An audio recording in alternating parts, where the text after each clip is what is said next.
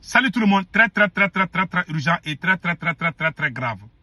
Aujourd'hui, lundi 4 août 2025, le président Patrice Talon du Bénin vient de s'attaquer, de s'en prendre au pays de l'AES. Je vous laisse écouter et je vais répondre poliment au président béninois Patrice Talon. Écoutons ce que Patrice Talon est en train de dire contre l'AES. Ceux qui ont chassé les Français, les Américains, les Allemands, ça y est, ils ont vaincu le terrorisme. La souveraineté, c'est la conscience qu'on a de soi. Il dit que les pays de l'AES ont chassé la France. Est-ce qu'ils ont gagné contre les terreaux? Voilà une question que je vais répondre simplement. Je vous respecte, monsieur le président, son excellence Patrice Talon. Le combat que nous menons là, nous allons gagner ces combats. Le Mali, le Burkina et le Niger, nous allons gagner ces combats contre les ennemis de l'AES. Et je vais vous montrer avec preuve pourquoi le Mali, le Burkina et le Niger ont chassé l'armée française. Et puis, il a dit quelque chose ici que je vais lui répondre aussi. Écoutons d'abord. C'est la volonté qu'on a de soi à agir avec responsabilité. Écoutons bien. Devant l'autre. On peut être dans un partenariat et être souverain. On peut être dans la coopération et être souverain. Notez-le pour de bon. On n'a pas besoin de rompre tous les liens de partenariat, tous les liens de coopération, tous les liens de relations internationales pour proclamer sa souveraineté. Être souverain, c'est être capable dans un partenariat de défendre ses intérêts. Dans une coopération, de défendre sa position, de défendre son intérêt. Et si vous avez les moyens d'acheter des armes en Amérique, ils vont vous les vendre. Vous avez des moyens. Si vous voulez acheter les armes en Turquie, ils vont vous les vendre. Si vous avez les moyens d'acheter en France, en Italie, en Allemagne, ils vont vous les vendre. Les gens font écoutez. Il dit que si vous avez les moyens d'acheter des armes en France, ils vont vous les... Si c'est en Turquie, en Russie, c'est bon. Mais si vous avez les moyens d'acheter les armes en France, ils vont vous les avoir. Ça, ce côté-là, monsieur le président, je ne vais pas... Bon, je vais vous parler de façon professionnelle.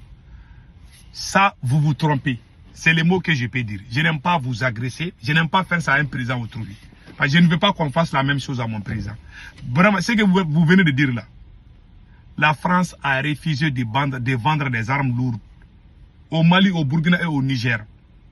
Au contraire, c'est la France même qui travaille jusqu'à ce que nos armées ne soient pas une armée professionnelle. Quand le Mali a appelé la France en 2013, comment la France a... Pourquoi il y a des Maliens qui ont donné le nom de leur enfant, le nom de leur bébé à François Hollande quand la France intervenait. La France a empêché l'armée malienne d'aller à Kidal pendant plus de 10 ans. La France est allée installer les terreaux dans une région du Mali qui s'appelle Kidal. Voilà les secrets. Monsieur le président, envoyez-moi cette vidéo au président de Bénin, Patrice Talon. Je vous laisse regarder le mal que la France a fait au peuple malien. Je prends tout le monde comme témoin. Écoutez ce que la France, ce sont les journalistes français même qui disent la trahison même de la France contre le Mali. Écoutons cela. Si on te fait ça au Bénin, comment tu vas réagir? Écoutons cela. D'aider les Français. Mais c'est un mouvement sulfureux.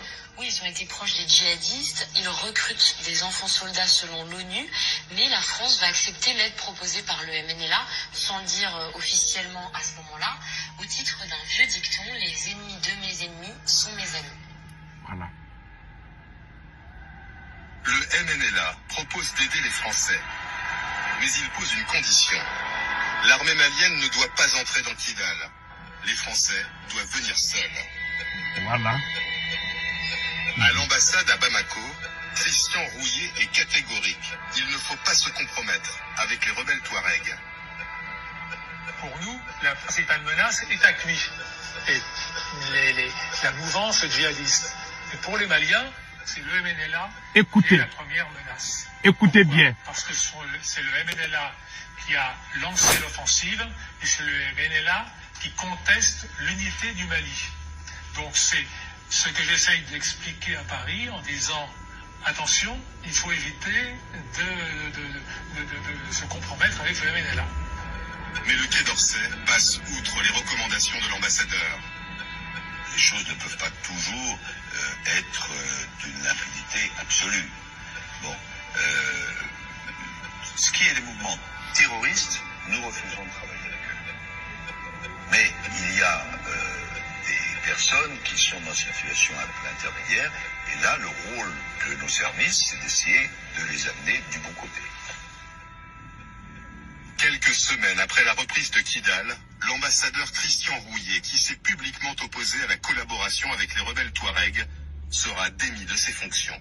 Monsieur le président Patrice Talon, tout le monde a écouté ça. La France s'est cachée avec les terreaux pour aller prendre la ville de Kidal, la région de Kidal, et empêcher l'armée malienne d'aller à Kidal. Aujourd'hui, l'armée malienne est à Kidal aujourd'hui. Parce qu'on a un bon partenaire qui s'appelle les Russes. Et vous dites que les terreaux, ce n'est pas fini.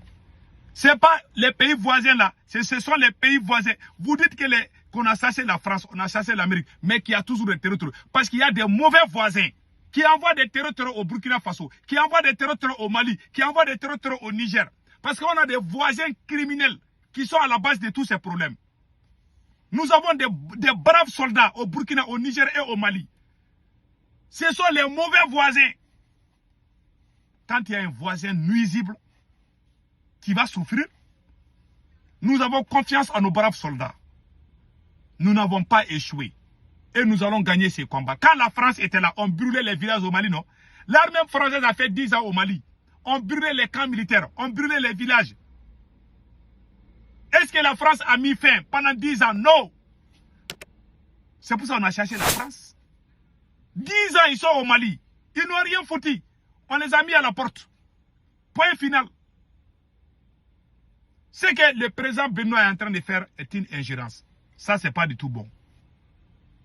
Vous dites que la France nous vend des armes lourdes. C'est la France qui a fait campagne pour qu'on n'ait pas des armes. On n'avait pas des hélicoptères. On n'avait pas des avions de chasse. On n'avait pas les drones quand la France était au Mali. Et regarde le Burkina aujourd'hui. L'armée burkinabé peut effectuer là où il veut. Mais si quand la France était là, la France nous empêchait d'aller combattre les terreaux. C'est la France qui nous empêchait.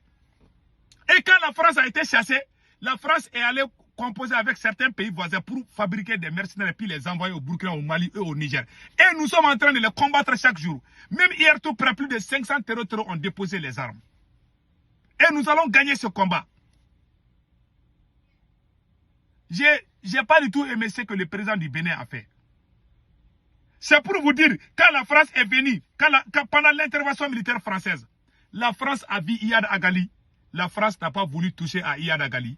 La France et l'Algérie ont caché Iyad Agali. C'est l'ancien ambassadeur français qui le dit. Nicolas Norman, écoutons cela. Oui, la France ne voulait pas faire des attaques en Algérie parce qu'il n'y avait pas d'entente suffisante entre la France et l'Algérie à ce sujet. Il n'était pas possible pour l'armée française de faire... les Américains, vous savez, ils ont tué Ben Laden au Pakistan et sans demander l'autorisation du Pakistan. Donc c'est une violation de la souveraineté du Pakistan pour pouvoir tuer Ben Laden.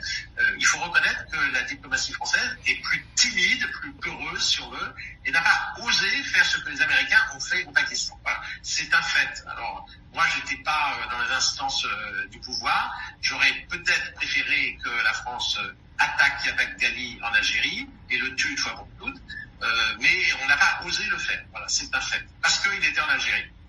Mais il n'y a même pas eu de tentative de coopération militaire, coopération de renseignement avec l'Algérie pour pouvoir l'isoler ou même le mettre à la disposition du renseignement algérien. Si, Elijah, pour répondre à votre question, d'après ce que je sais, parce qu'évidemment ces choses-là ne sont pas beaucoup rendues publiques, mais d'après ce que les militaires français m'ont dit, la France a informé l'Algérie que Iyad Agali se trouvait dans tel village. À un moment, il était également soigné dans un hôpital en Algérie. Et l'Algérie n'a pas réagi à cela. Voilà. Et donc l'Algérie l'a laissé en fait là où il était. Vous avez vu la complicité entre l'Algérie et la France? Ils ont caché Iyad Agali. Ils ont donné la région de Kidal, une région entière au terreau. Et imposé les soi-disant accords entre la France, entre le Mali et ses voyous. C'est la France qui nous empêchait de combattre ces terreaux. C'est la France qui protégeait ces terreaux. Et le président Benoît, ce qu'il a dit aujourd'hui, ça m'a trop choqué. J'aimerais que Patrice Talon s'occupe de son pays et laisse les pays de l'AES. Quand il y a eu des attaques de terreau, le Bénin a accusé les pays de l'AES. S'il vous plaît, chacun n'a qu'à s'occuper de son problème. Nous avons choisi l'AES et nous allons avancer. Pardon, il faut nous laisser en paix. S'il vous plaît, monsieur le président, son excellence Patrice Talon, moi je ne suis pas genre de me laisser vous insulter, je ne fais pas ces choses-là. Je suis très respectueux. Mais pardon, il faut vous occuper de votre pays. Et laisser les pays de l'AES. Vraiment. Si vous voyez qu'il y a des attaques contre les pays de l'AES aujourd'hui, parce qu'on a des pays voisins, il y a des pays voisins qui sont complices avec des terreaux qui les envoient chez nous. Quand on les chasse, ils vont aller se baser là-bas. Si ce n'est pas des mauvais voisins là, ces groupuscules de personnes, on va les écraser en une poignée. Mais quand il y a les complicités par-ci, par-là, vraiment, ce n'est pas facile. Mais nous allons nous en sortir victorieux. Nous allons gagner ce combat, Inch'Allah.